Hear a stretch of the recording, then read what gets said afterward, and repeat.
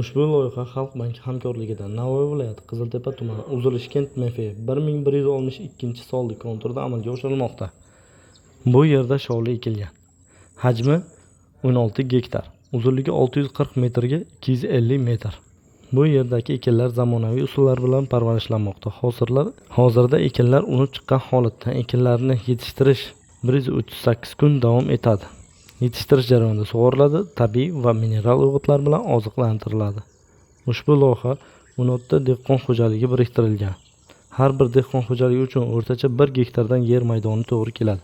Loyihani samarali amalga oshirish uchun lider tadbirkor Uzilishkent Fayz Javohirov fermer xo'jaligi biriktirilgan. Ushbu loyiha bo'yicha har bir gektar yerdan 7 tonna, jami 112 tonna hosil olish rejalashtirilgan. Mazkur ekin yig'ishtirib olingandan so'ng ikkinchi ekinga ham yuqori daromadli ekin turi ekish orqali yer egalarining daromadlarini yanada oshirib boriladi.